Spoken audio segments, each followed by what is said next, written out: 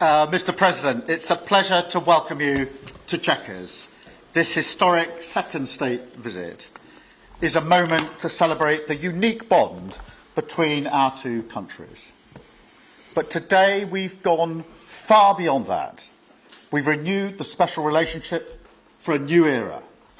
The United Kingdom and the United States stand together today as first partners on defence, first partners in trade, with the groundbreaking deal we struck in May, and now with the new agreement that we've just signed this afternoon. We're confirming our status as the first partners in science and technology, ready to define this century together, just as we did the last. But we're also united in the pursuit of peace.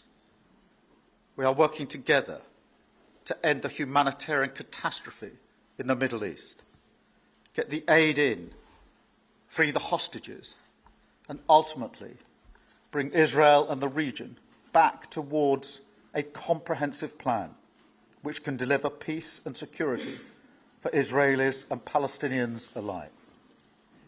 We're also working together to end the killing in Ukraine. In recent days, Putin has shown his true face, mounting the biggest attacks since the invasion began, with yet more bloodshed, yet more innocents killed, and unprecedented violations of NATO airspace. These are not the actions of someone who wants peace. So we've discussed today how we can build our defences further, support Ukraine, and decisively increase the pressure on Putin to get him to agree a peace deal that will last. Prime Minister Starmer, Melania and I are tremendously thankful for the wonderful hospitality that you and Lady Starmer have extended today at Chequers. Quite the place, I must say, quite the place.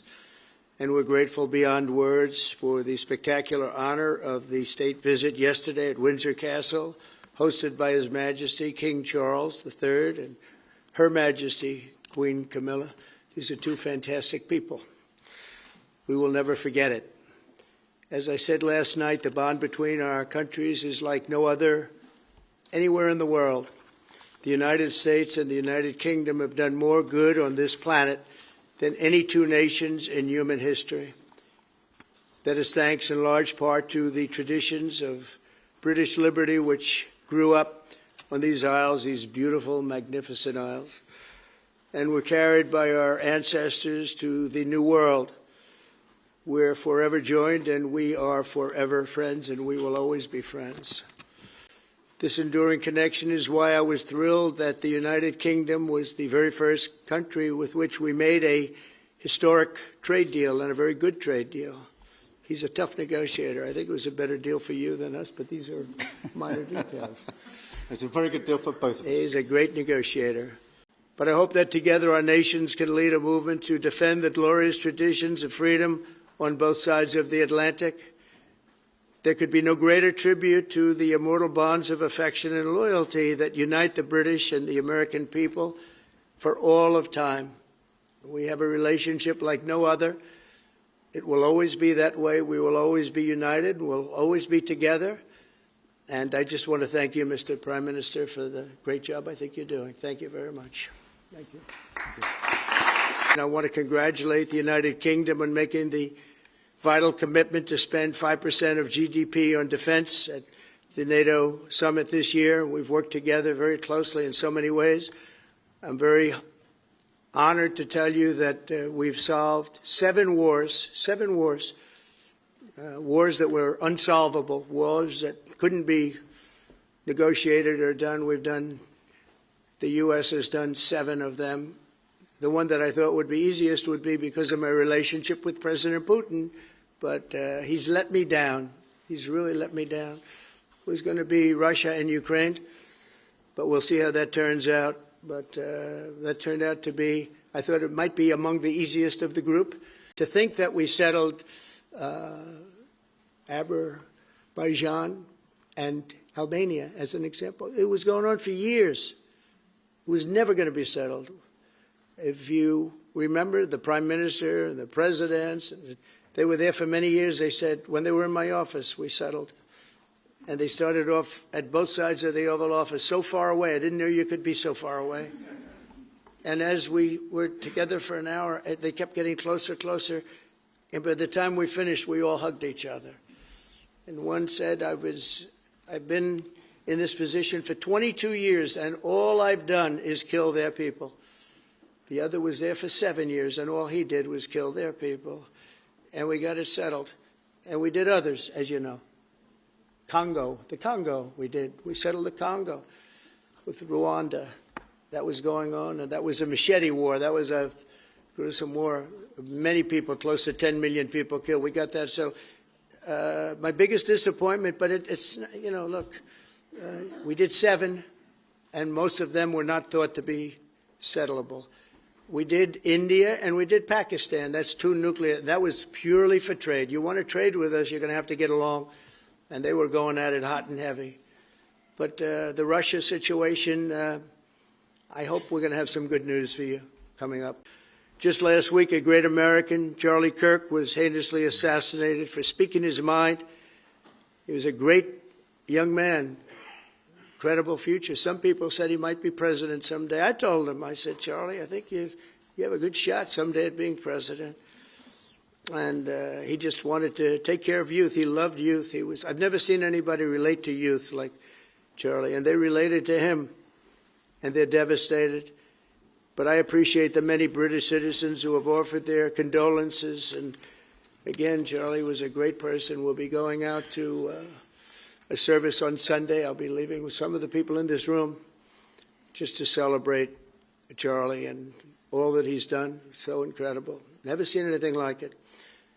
Mr. President, the UK is expected to recognise a Palestinian state in the coming days as the killing in Gaza continues. It often seems that you're the only person that Israel will listen to. What more can you say to them to tell them to stop? And why is the UK's position on a Palestinian state, in your view, wrong? And Prime Minister, what will the recognition of a Palestinian state actually achieve? Is it not just gesture politics to appease people in your own party? Thank you both. Well, Chris, let me just start with that because we discussed this amongst other things. We had the best part of an hour, I think, upstairs earlier today, just one-to-one, going through a number of affairs, world affairs, in private. And we absolutely agree on the need for peace and a roadmap because the situation in Gaza is intolerable. The hostages have been held for a very, very long time. And they must be freed. And we need aid to get into Gaza at speed. And so it's within that context of a plan for peace, which we're working hard on, which not only did we discuss this morning, but our 2 teams have been working together on, that the question of recognition needs to be seen. And so it's part of that overall package which hopefully takes us from the appalling situation we're in now to the outcome of a safe and secure Israel, which we do not have, and a viable Palestinian state. Thank you. Well, simply, I want the hostages released now, right now, not 1, 2, we'll give you 3 more tomorrow, and, you know, like it's been, but we're the ones that got all the hostages released. We got many came to the Oval Office, and I've heard stories like I've never thought even possible. There was no humanity, no anything. I said to them, was there any warmth shown during this stay? Like they offered you a little extra meal, they gave you a little smile, and they said, don't worry, you'll be okay. And every one of them said, not even a little bit. Amazing, you know, to think that during this stay, long stay in some cases. We had a man the other day, 451 days he was there. I always ask that question. And was there any warmth shown? Just a little word of, you know, encouragement. And the answer is every time, absolutely not. I'm shocked to hear it because in the worst cases, there's always somebody that comes through. We have to remember October 7th, one of the worst, most violent days in the history of the world, not just there, the history of the world. And I got to see the tapes, and I wish I didn't see them, actually, but I got to see them. And I want an end. I want the hostages released. And I think it's going to be okay, but it has been a brutal period of time. But this has been going on for a long time. This is not something that's over the last year, 2 years, but this has been for decades and decades. But we want it to end. We have to have the hostages back immediately. That's what the people of Israel want. They want them back, and we want the fighting to stop, and it's going to stop.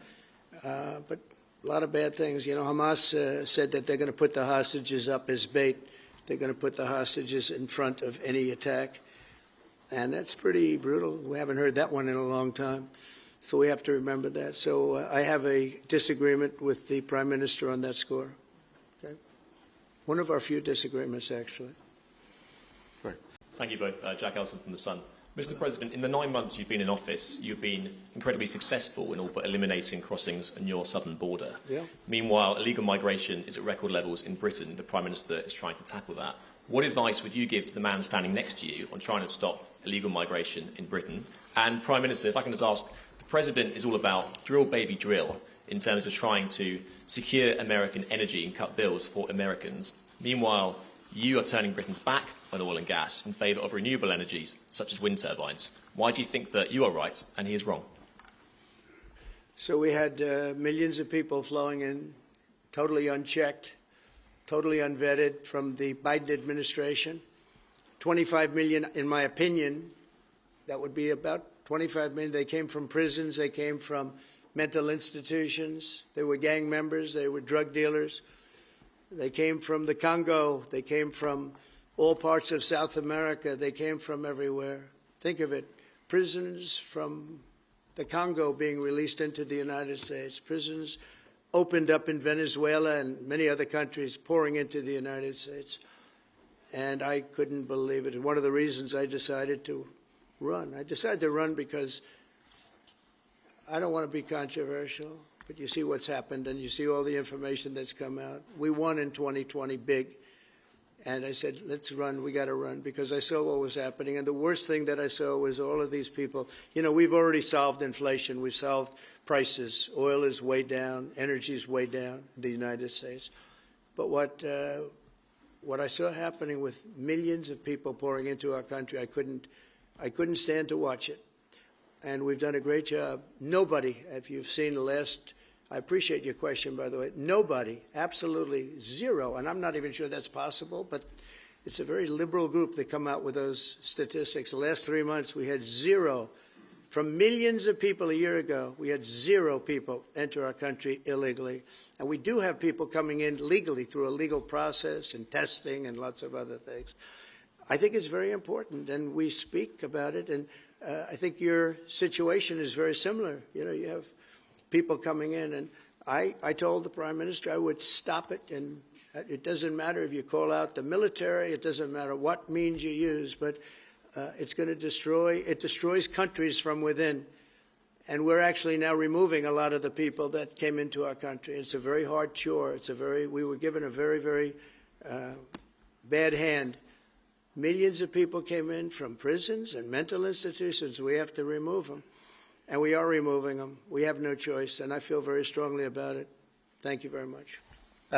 Jack, let me just deal with the question of returns, because this is obviously an issue we're taking incredibly seriously. We've struck a number of deals, both on cooperation with other countries, because this is a problem right across Europe, to tackle the problem of actually breaking up the gangs that are running this trade. We have had a record number of returns, over 35,000 now, since we came into office. That's the highest number for the best part of 10 years. We struck the returns arrangement with France, and notwithstanding the challenges to that scheme, which you've seen in the last few days, a flight went off at 6:15 this morning, successfully returning someone under that scheme. So that is an important step forward. Obviously, there's no silver bullet here. There's a range of things that need to be done. But given the challenges of returning people, it is important that we're able to prove it can be done. It was done. It was done early this morning. So I can confirm that that flight went. It went successfully. And I'm pleased about that. Now we need to ramp that up at scale, which was always envisaged under the scheme. But it's very important that we have been able to prove that the proof of concept, if you like, that this can be done, and will continue in that way. On the question of energy, firstly, let me be really clear that I am absolutely determined to ensure that the price and cost of energy comes down, so that bills come down both for individuals, for families, with their household bills, but also for business, because this is so important. The mix will include oil and gas for many years to come from the North Sea. We've been clear about that for some time, but we also need to mix that with renewables, and it's the mix that's really important. And the approach I've taken on this is the same approach that I take to many other things, a pragmatic approach. Thank you, Jack. I would like to say that we inherited the worst inflation in the history of our country. We had inflation, the likes of which we've really never seen. They say 48 years, and I'll accept that, but I really don't. We had the worst inflation in the history of our country. And we had a expression that I used a lot, drill, baby, drill. And as you know, we brought fuel way down, the prices way down. And we don't do wind because wind is a disaster. It's a very expensive joke, frankly. And we got our energy prices way down. That brought the inflation way down. And now we have very little inflation. And we have a very, very strong economy. So that was very important. Drill, baby, drill. And you have a great asset here. We spoke about it. It's called the North Sea. The North Sea oil is phenomenal. And I hope, because I love this country, you know, my mother was born in Scotland. And the Hebrides, Stornoway, that's serious Scotland. We were talking about it. And I want this country to do well. And you have great assets that you're going to start using, I believe, under this Prime Minister. Thank you. And on a separate issue, free speech, your Vice President Vance said that free speech is under attack in the UK. Do you agree with him? And Prime Minister, we saw the dismissal of a very well-known chat show host in America last night, Mr. Kimmel. Is free speech more under attack in Britain or America? Well, Jimmy Kimmel was fired because he had bad ratings more than anything else, and he said a horrible thing about a great gentleman known as Charlie Kirk. And Jimmy Kimmel is not a talented person. He had very bad ratings, and they should have fired him a long time ago. So, you know, you can call that free speech or not. He was fired for lack of talent.